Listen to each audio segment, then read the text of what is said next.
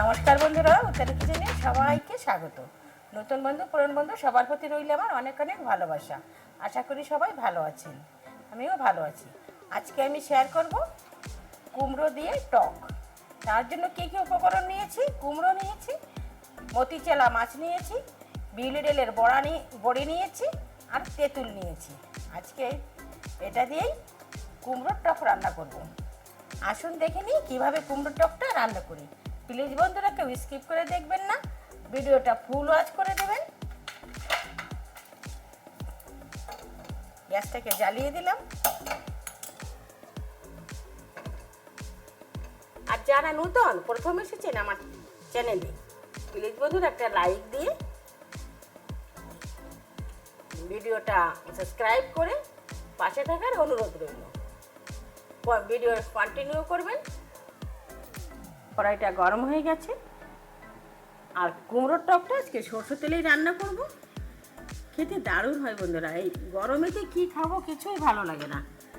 কুমড়ো তো খাচ্ছি, কুমড়ো ভর্তা খাচ্ছি, কুমড়ো সবজি খাচ্ছি, কিন্তু কুমড়োর টক এই গরমেতে টকটাই ভালো লাগে। তো আজকে ভাবলাম যে টকটা শেয়ার করি। রান্না যখন করছি বন্ধুদের সঙ্গে শেয়ারও করে দিই। দিয়ে দিলাম হলদি আর সামান্য একটু লবণ দিয়ে মাছটা একটু মেখে নিচ্ছি। প্রথমে বড়িগুলো দিয়ে দিচ্ছি। বিউলি ডালের বড়িগুলো একটু ভেজে নেব।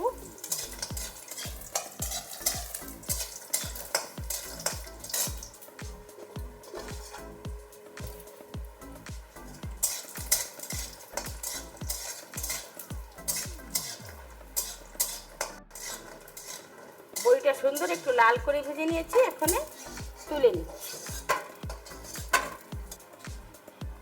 আর একটু তেল দিয়ে দিলাম।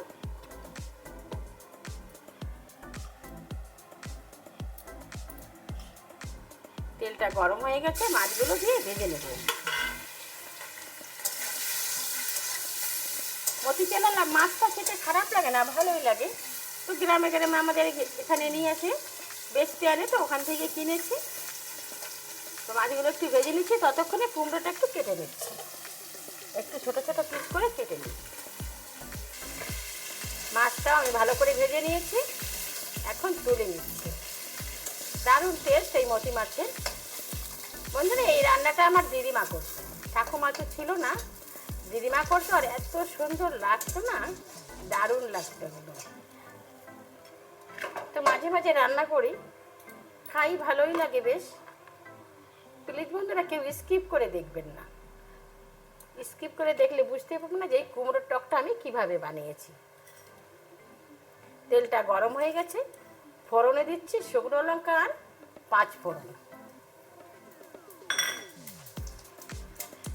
দারুণ সুগন্ধ বেরোয়। আর টক যেহেতু শুকনো লঙ্কাটা তো দিতেই হয়। কুমড়োটা কেটে আমি ভালো করে ধুয়ে নিয়েছি, এখন দিয়ে দিচ্ছি।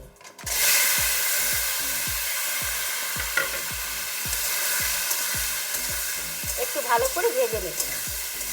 দিয়ে দেবো একটু হলুদ গুঁড়ি, 1/2 চামচ লবণ দিয়ে ভালো করে একটু কষিয়ে নেব। চাপাটা তুলে নিলাম। দেখুন খুব সুন্দর করে আমি ভেজে নিয়েছি একদম। আর এই 5 ফোড়ন দিয়ে এই টকটা না দারুণ সুগন্ধ বেরিয়েছে। এখন সাইডে একটু গরম জল বসিয়ে দিয়েছিলাম, দিয়ে দিচ্ছি গরম জল।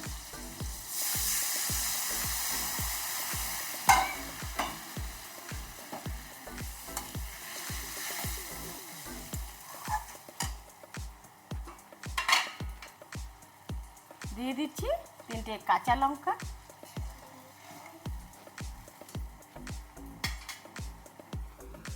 এই যে তেঁতুল আমি ভিজিয়ে রেখেছিলাম, তো এগুলো আমি এই তেঁতুল পুরো একটু ভালো করে গুলিয়ে নিয়েছি। এটা আমি সবই দিয়ে দেবো। এই যে হতে থাক।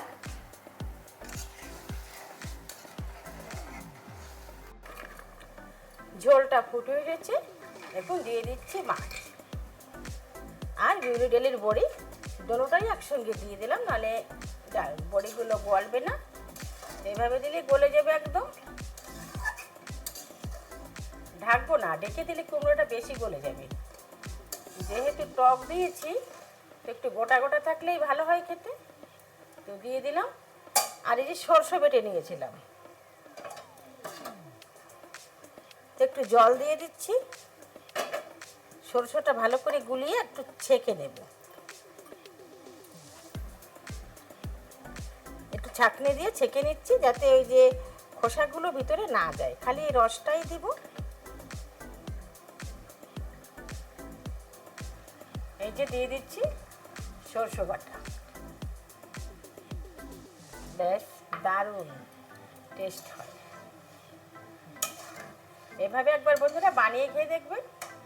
বন্ধুরা, আমার রান্নার ভিডিওগুলো যদি ভালো লাগে প্লিজ বন্ধুরা একটা লাইক দিয়ে পাশে থাকার অনুরোধ রইল। পাশে থাকা বেল আইকনটি প্রেস করে দেবেন। আমি যখনই কোনো নতুন ভিডিও আপলোড করব সঙ্গে সঙ্গে নোটিফিকেশান আপনাদের কাছে পৌঁছে যাবে, আপনারা আপনাদের সময় মতন দেখে নেবেন। একটু ঝোলটা কমুক। বন্ধুরা, একটু চেখে দেখেছিলাম, একটু টক তো একটু লবণ কম হয়ে গেছে, একটু লবণ দিয়ে দিলাম।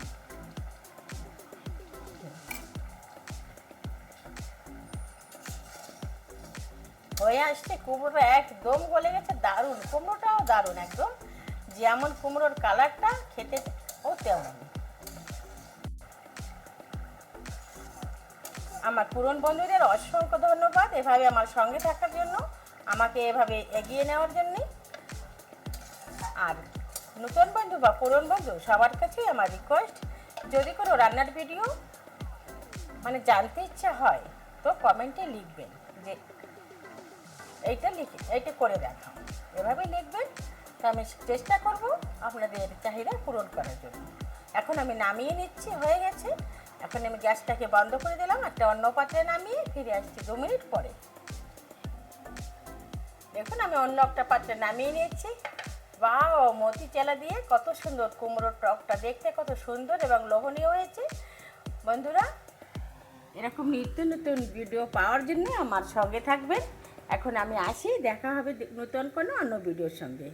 ততক্ষণে আপনারা ভালো থাকুন, সুস্থ থাকুন।